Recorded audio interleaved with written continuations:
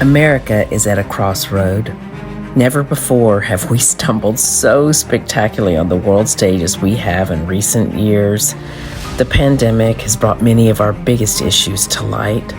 Homelessness and the mental health crisis have reached epidemic levels. Freedom of speech is under threat. Politics has never been more toxic, and corporate greed has reached heartbreaking levels. The climate crisis has brought a dramatic increase in natural disasters. Meanwhile, we stand on the threshold of artificial intelligence, which could serve as the best tool to help us deal with many of these challenges if we can keep the power out of the hands of a few. How do we deal with these many issues? By speaking radically, honestly about these challenges and their solutions.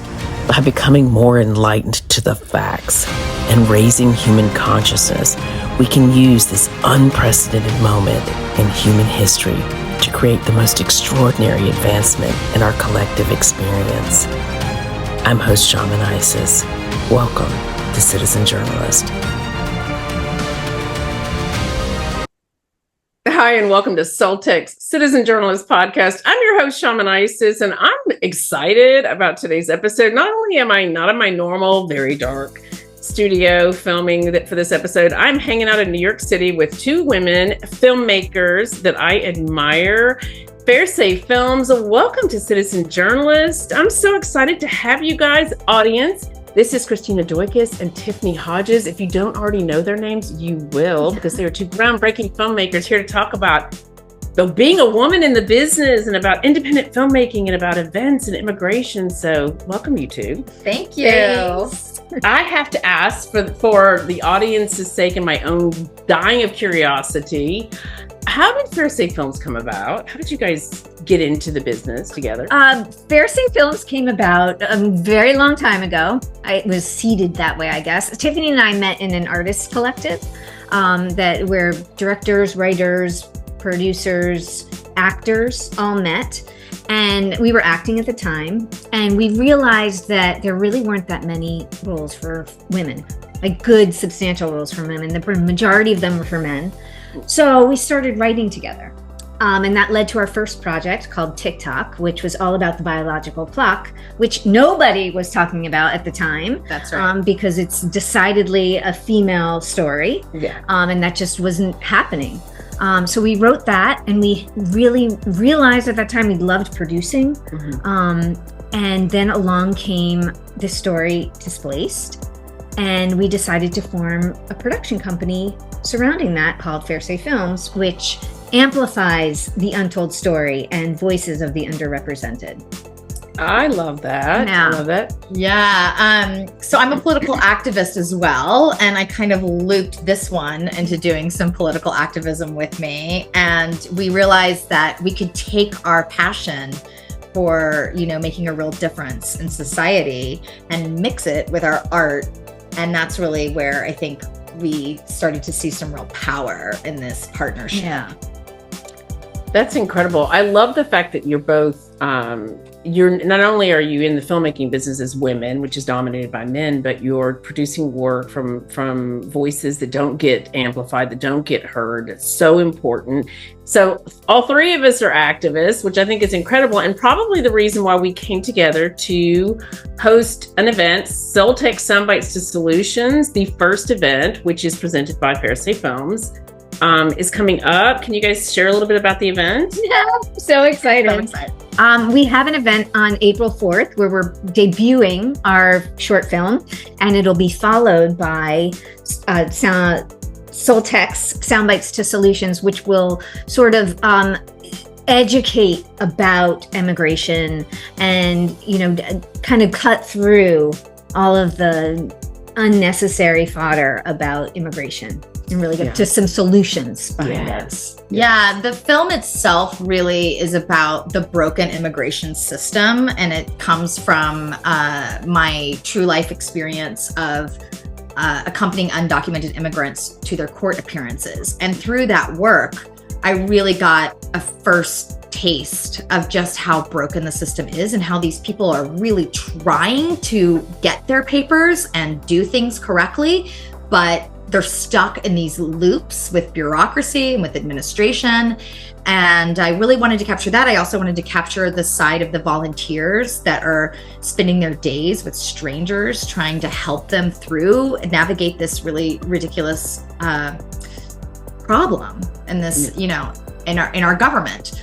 So capturing all of that in the film, we also discovered that, oh, there is so much disinformation out there about immigration, and there's so many sound bites that make no sense and actually don't help at all. In fact, some of them even make the problem worse. Yeah.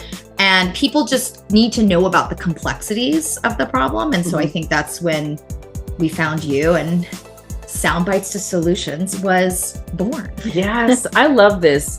So for the audience to really understand, when we got together, we were all on this mission, and when we realized that all of us were dealing with this frustration with how mass media and, you know, many of our influencers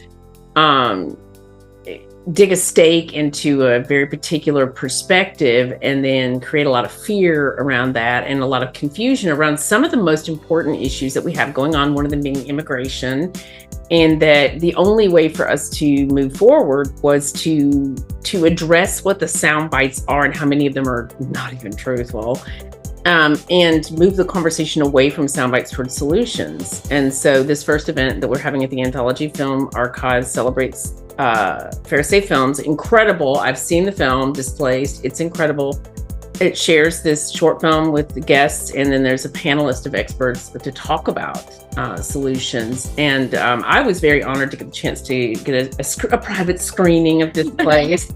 I want to hear about making the film as two women in the industry, but before I get there, did Louis Guzman give you guys a massive, I mean, who doesn't love him as an actor? He's a huge actor. Did he give us a incredible compliment about your film? Oh my gosh, so nice. He actually came to our set. He visited our set, which was really amazing. Surreal and exciting and helpful. Yeah, very helpful, incredibly helpful, because I don't think anybody has more experience in this business than Louis Guzman. Yeah. Literally spent his entire life in this business, and probably the most famous Latino actor, or I don't know if famous is probably not the right word, or just recognized.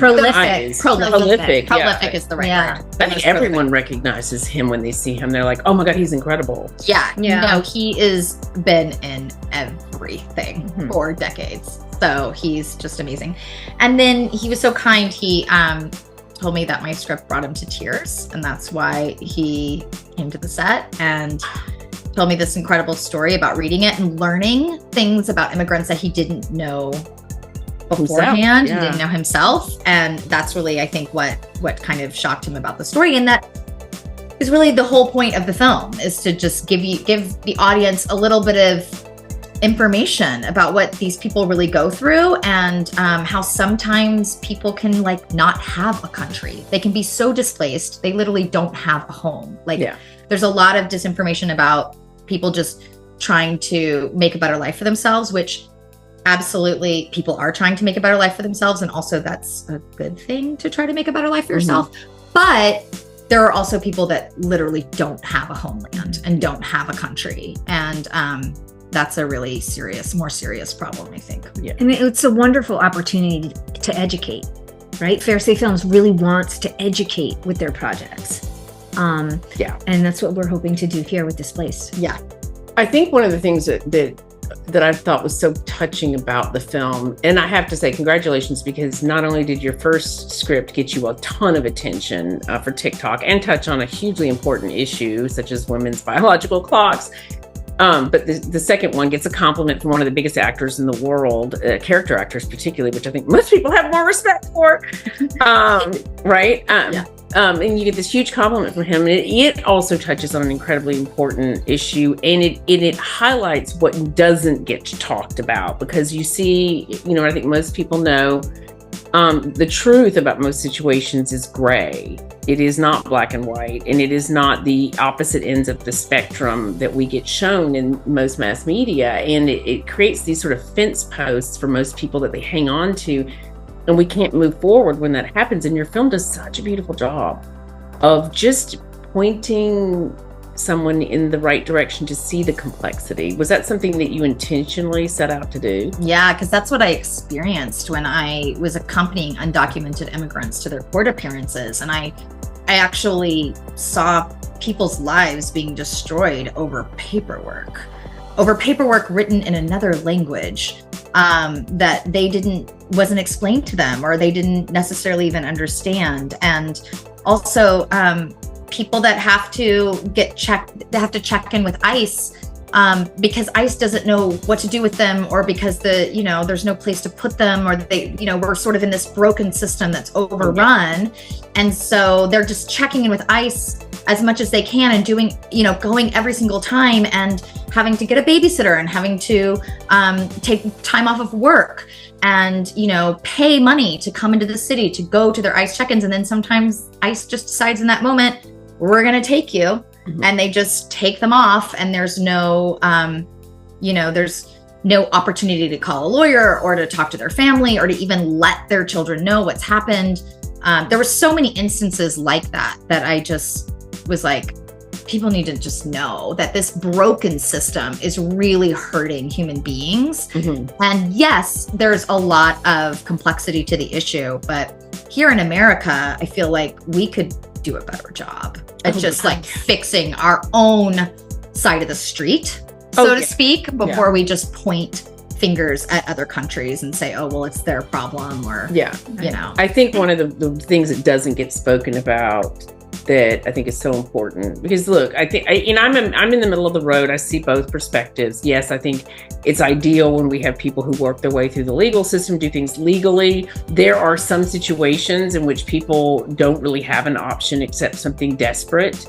And I think in that situation, we should have a way to manage and deal with that in America that makes sense. And you guys, I'm telling you right now, while a lot of people will criticize an immigrant for not knowing English well enough to know the paperwork, or getting, booted, or having your life ruined by something legal happening, that happens every single day in America to Americans who can speak English, have lawyers, and all of those things, because our system is so broken and so dysfunctional. And I think the immigration issue just highlights that. I don't think that it's such a polarizing issue, right? Yeah. People have very strong opinions about it, but I don't think the media does a very good job of focusing on what's broken and what can be fixed. That's it. Yeah. That is not political at all. Yeah. That's right. There's nothing about the system that is political.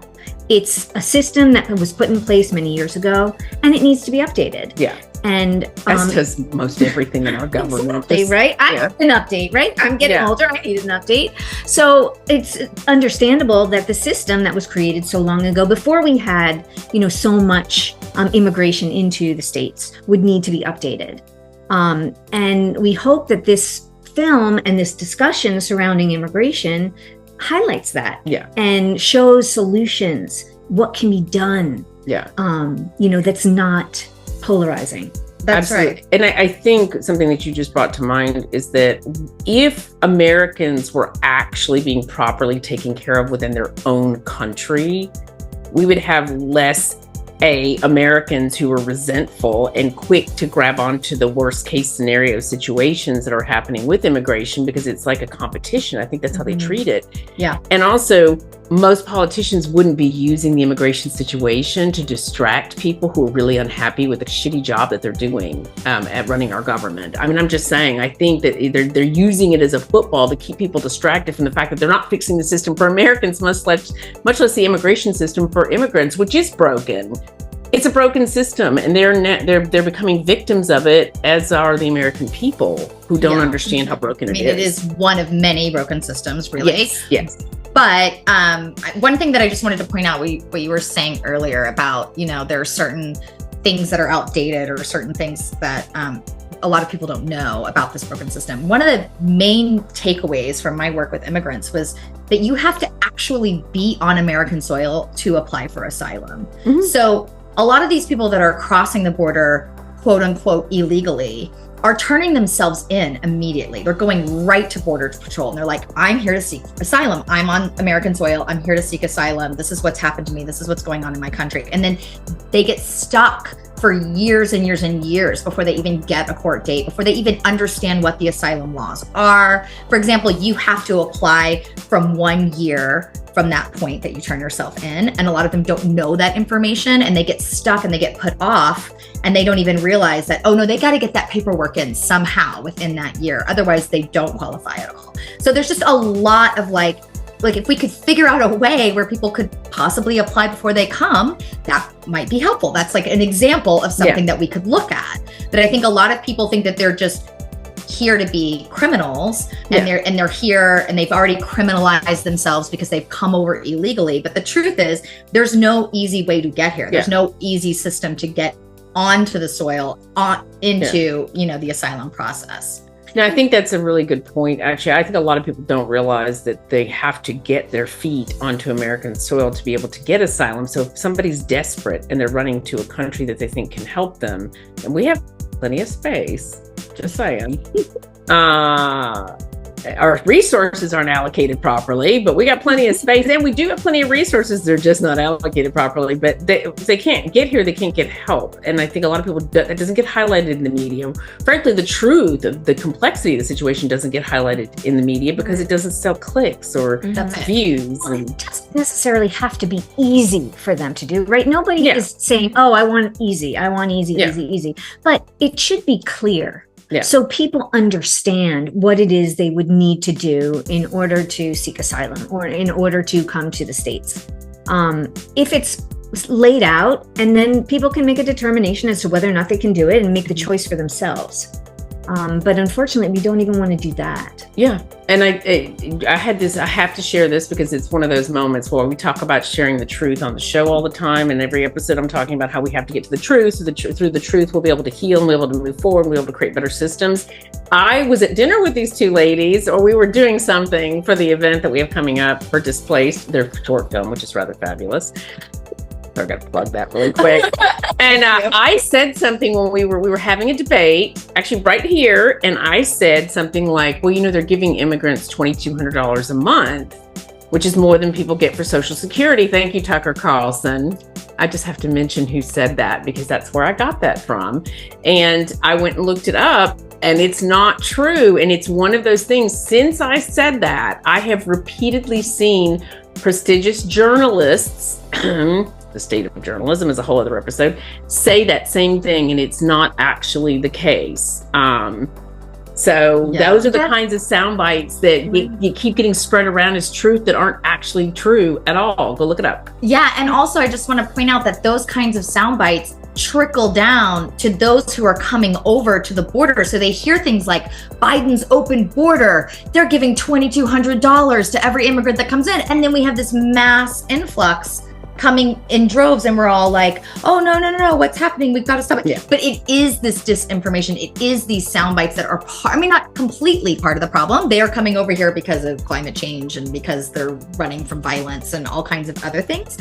But the huge uptick, can also be credited to a lot of the disinformation and the sound bites that are coming out there. So it's really dangerous, actually. Yeah. Disinformation is dangerous. It's also not to say that all the sound bites are not rooted in some kernel of truth. True. Because I think that's why people feel they can get away with these very, explosive sound bites, right? Because they say, well, it kind of is true. Mm-hmm. But taken out of context, it explodes and it's just not useful. Yes. And, and just on the other opposite end of that, just while we're talking about sound bites and truth and not truth, and when we layer deception into an already complicated situation where people are using the sound bites to create extremes, and it has positives and negative effects on everybody. Mm-hmm. We have situations like recently, President Biden did get called out because he flew in I think it was, I'm not going to quote a number, it was a lot of people secretly on airplanes and hid the fact from the public. And when our politicians, including our president, do things like that, it creates a sense of distrust, and all it does is empower the opposite end of the spectrum. So the people who are very anti-immigrant are like, see, there's proof right there that they're going to, ruin everything, take all of our jobs. And so, I would say just from this conversation, be careful. Social media is full of lies and sound bites that aren't true. And not only will you sound like a fool, like I did by telling people that immigrants are getting $2,200 a month, but it, like you said, it makes the problem worse, because people are hearing that and they're going, oh my gosh, in the US, they're flying people in and they're giving them $2,200 a month, run. Yeah. And my question too is, why don't we want to solve these problems? Why don't we want to have a better place to live? Mm-hmm. What is holding us back, from really doing the work we need to? Yeah. I mean, the truth is that people make a lot of money off of people being afraid. Yes. And politicians get elected off of fear. Yes. And media loves a good clickbait. And a lot of companies are functioning off of the backs of immigrants, and they don't want anyone to know. Yep. And they don't want them to be on the books. Yes. Because they don't want to have to pay their taxes, and they don't want to have to pay into the social security system for them, and so on. So that's all true. And I think a good rule of thumb is that it's never all or nothing. Yeah. Like the open borders, closed borders. Like, it's not a door that you can shut and lock. And it's a very, very complicated issue. And so whenever you hear things like all of them are this, or, this is all a lie, or this is like any all or nothing language is usually a red flag for me. That's usually when I'm like, it's never that. For it's all never or nothing. It's they're never all criminals, and they're also not all asylum seekers. Yeah. And they're not all other either. A lot of them are family members of American citizens. A lot of them are people with huge connections here in America. A lot of them come over here and do a really specialized job and then lose their visa, or there's so much complexity to it. Yeah. The composer of our film actually was an immigrant, and he worked on the score for Narcos, and had to go back through immigration court because his visa was running out. And immigration court actually said, oh, you're just a composer. That's not a good enough job in the film industry. It's not prestigious enough. It's not prestigious enough. He's an incredible musician with these unbelievable skills. And the system never valued music for so many reasons we're not going to go into today. But let's just think about Narcos was such a huge film. Everybody knows Narcos, and everybody loved Narcos, and it was it's such a huge part of our American culture, these stories. Mm-hmm. And then, it's that whole unseen labor doesn't get counted as equal, and it's just as important. Well, and also, it's interesting that they wouldn't value someone in the arts, right? Because I think that art is really what changes the world. It's not politics. Yeah. Art comes first. That's it. And, this momentum behind artists and expressing themselves and, speaking out about things through their art is really what educates and what begins to change public opinion. Sorry, you guys. That's you. Sorry about that. And it's ridiculous to me that we think, oh, well, it's only politicians that, come up with all these brilliant ideas, when in fact, it's really artists. And art is really the tool in which we communicate the most pressing emotions, feelings, information. It starts through art, and then it trickles down to everything else. So when art gets dismissed, we're dismissing the main tool in which we speak to the human condition. Right. And they've historically, if you go back to the American, and this is not off topic, it's actually quite on topic, because we're talking about how bad the systems are. But if you go back to how the American education system was actually fundamentally created, it was created to produce worker bees. No, it literally says in the original concept for how the school system would be built, because it was built to produce workers for the Industrial Revolution. It says in the paperwork, we do not want artists, writers, poets, painters. We want worker bees. We want people who do not think. Rockefeller, right? Yes. Rockefeller. Yes. that. Yeah. So the whole American system was founded on, and it's one of the reasons why the arts and physical, like physical fitness. I remember as a kid them cutting the arts, That's music. the first thing that goes. Yeah. The first thing that went was arts and sports, and I was like, the two things in school that most people who were like neurodivergent or creative loved the most and were their tools for enjoying life were getting cut, and it was a huge mistake in the American system. So hopefully when we redo the school system on top of everything else, I mean, that education is such a huge problem in this country. It's really disgusting. And also the way we consume things is through entertainment, right? Yeah. So not for the better, but news shows have become entertainment. Yeah. So we're consuming it like we consume art. Yeah. Which therein lies a big problem, because sometimes we consume things that aren't necessarily truthful, yet we're perceiving them as truthful. Yes. And I'm glad to see most people get to a place now, which is one of the reasons why I did an episode. Guys, go back and watch the episode right before this, when I interviewed Pulitzer nominated journalist Rose Horowitz about the state of media, and we talk a lot about this topic. So definitely go check that episode of Citizen Journalist out. It's one of our most popular episodes. So to bring it back to the topic at hand, I know as a female entrepreneur, and I know you guys know what I'm talking about, I was working on a fundraising deck for Gothic House Media, and I looked up fundraising for women in less than 3%. I want people to really hear this, because you wonder, I hear men say this a lot of times, well, if women were really good at business, they'd be more big. And not all men are like that. I want to be very clear about that. I know a lot of men who really support women's issues, but less than 3% of venture capital, of venture capital, and some of those charts measured it at 1.9% of venture capital is given to women's companies. So we still deal with a world that is very heavily weighted towards supporting men's businesses, men's positions of power. As women in the film industry, in the entertainment industry, which are very much still run by mostly men, how are you guys dealing with that disparity? The sort of disparity of being in a male-dominated industry still. That's a great question. I will say that I do think things are changing a little bit, and we have been getting some attention by being a female-owned company, which is great. I think in some ways it helps us kind of stand out. And certainly as we go through the festival circuit, do you want to talk a little bit? Christina's been really on top of our festival submissions, and I think we found that a lot of them are looking for diversity. And, as a female-driven business, we're just that. And it's interesting too, because I think the stories that we're drawn to tell are very complex and have have an interesting road. And it gets away from, not that we wouldn't, do something that has a little bit more levity to it, but those stories, I think, are very easy for us to tell, because we have a different perspective on the world, right? Yeah. Just as a result of being women. We understand marginalized communities. Yeah. Exactly. We know what it is to be left out. Yeah.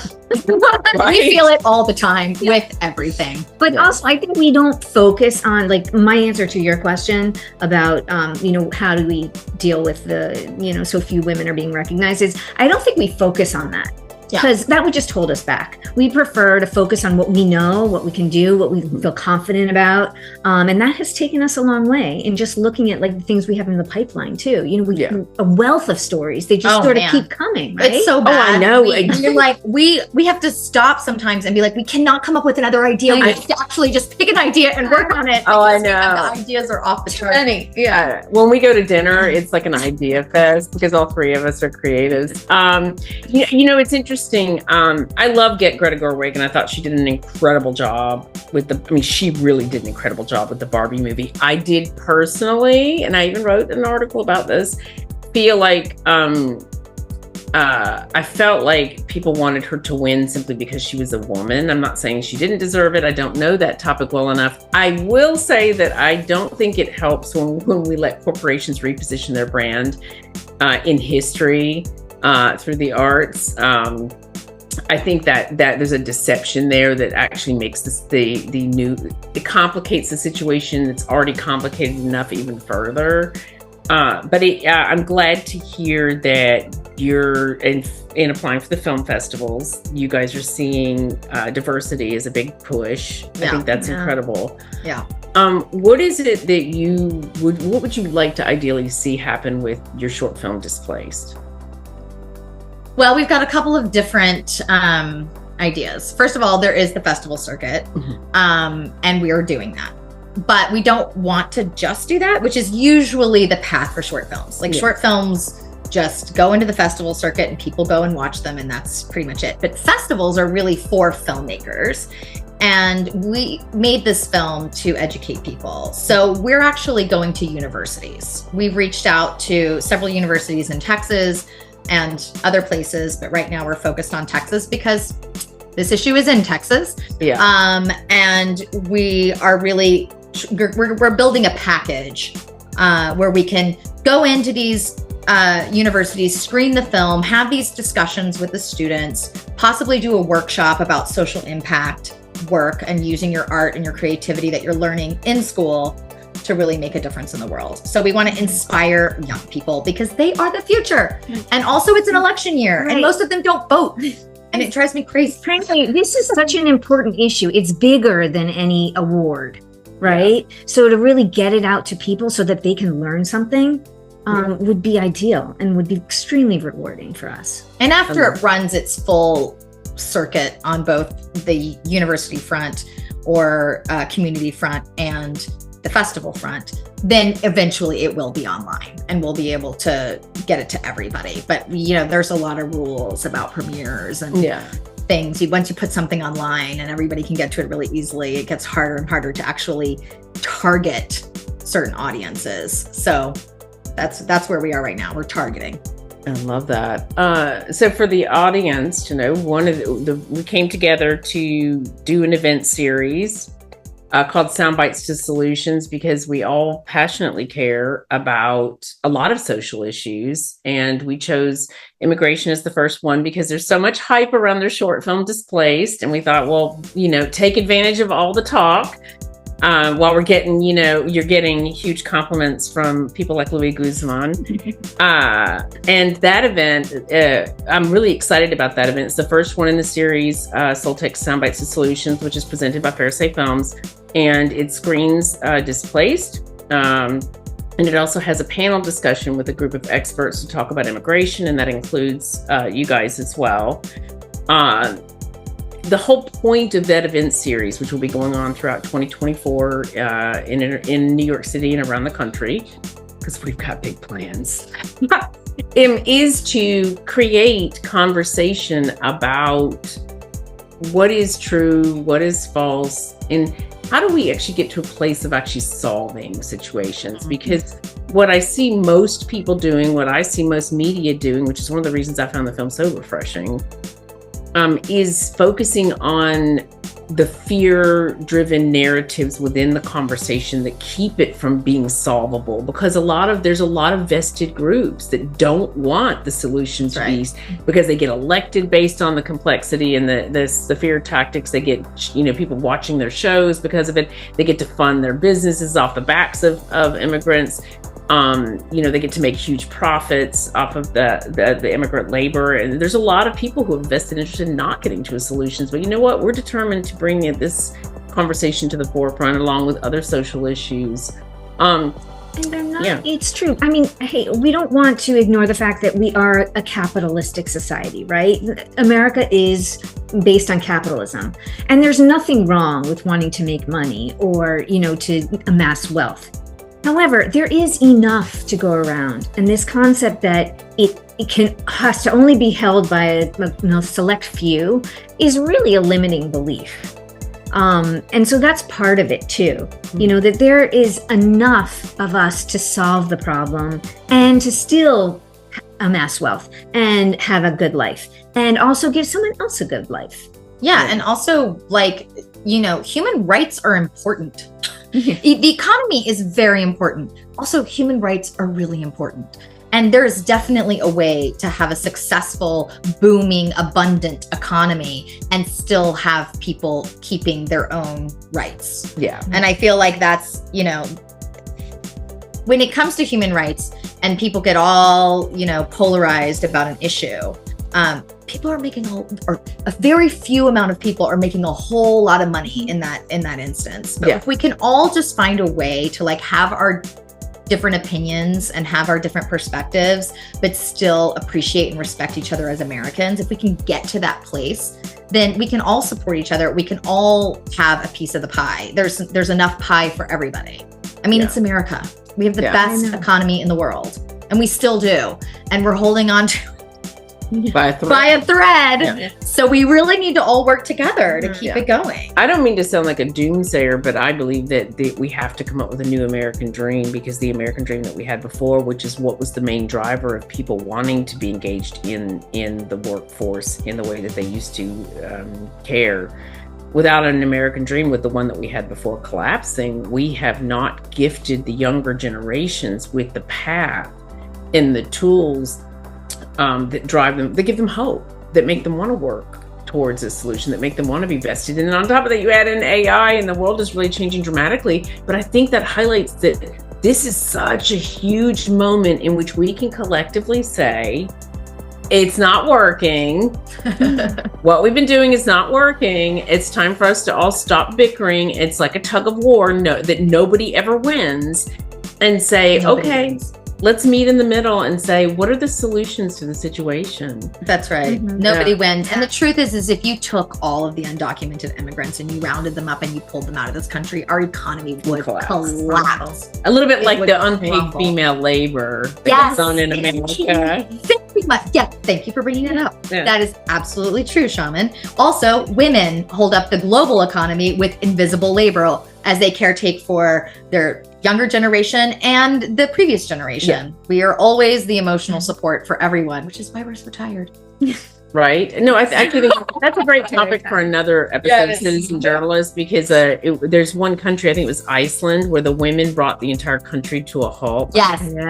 Over 2% of equality. They were like 98% equal. And they were like, no, that's not enough. We want 100%. So we're just going to stop working until you give us 100% equality. If we were to do that in America, I mean, it wouldn't take long. I give America one day without the women. Oh yeah. Before they would think differently. They would be like, nah. And kind of the same thing with the immigrants too. Like, what if all the immigrants just stopped building our buildings and taking care of our elderly and being the nanny and being the cook, and every restaurant you go to, every restaurant just about, even if it's a Chinese restaurant, it's usually a Latin American, immigrant cooking the food.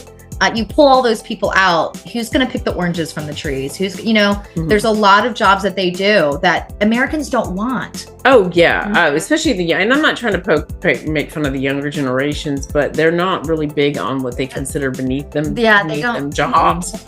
To that. They have YouTube channels and they've figured out other ways to make money. They're content producers. And good for them. Well, this is just it. There's enough to go around, right? That's Yet right. again, Well, the point is made. I think one of the things that was so fascinating to me about the closures was that what we proved was that we can take care of everybody when we want to as a country. It's amazing. We can also tell everyone what to do and take their rights away, but that's a whole other topic for another episode. But also I noticed there were no homeless people during the pandemic. Amazing. Nowhere I went were there any homeless people. So for a couple of years, we could actually take care of our homeless people. I thought that's amazing. And then right after, once the closures were done and things went back to business, the homeless people are back, and now there's more of them than ever. So fascinating topics. And the mental health crisis has gotten so much worse. Yeah. And that's, that's a whole nother episode. But I mean, that has to get these are many topics that FairSay Films will be exploring. Yeah. That right there. That right. I love that you guys. That was a very good soundbite. That was a good soundbite. So if our audience wanted to learn more about the work that you guys do, where would they go? What would they visit? Oh, well, I have a website called tiffanyhodges.com where you can go for everything. I also write a Substack. for a women's group called Among Other Things. So if you go to Substack and you do a Google or a search for Among Other Things, everything there is stuff that I write about. Many of them we've talked about. Many of the topics that I write about, we've talked about in this episode as well. And you can find me at CristinaDoikos.com. Additionally, please visit our website, DisplacedShortFilm.com, and you can learn all about FairSay there and about our film Displaced.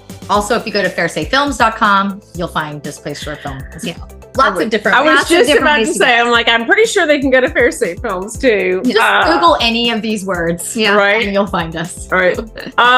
Well, you guys, if you're not already subscribed to Citizen Journalist, what's wrong with you? You should subscribe, because here we talk about solutions over sound bites to stick with our theme, and we cover all different types of topics. If you want to learn more about the show, go visit Gothic House Media, and you will see a page for Citizen Journalists there. You can also visit soultech.world to learn all about soul tech and about myself, Shaman Isis. Thanks, you guys, for coming and hanging out. Go check out my social media as well. You guys have been coming and making some really incredible comments about the show, so I really appreciate that. So go find us on social media and on our websites, and we'll see you here pretty soon for another episode of Citizen Journalists. Have a beautiful and blessed week. Bye.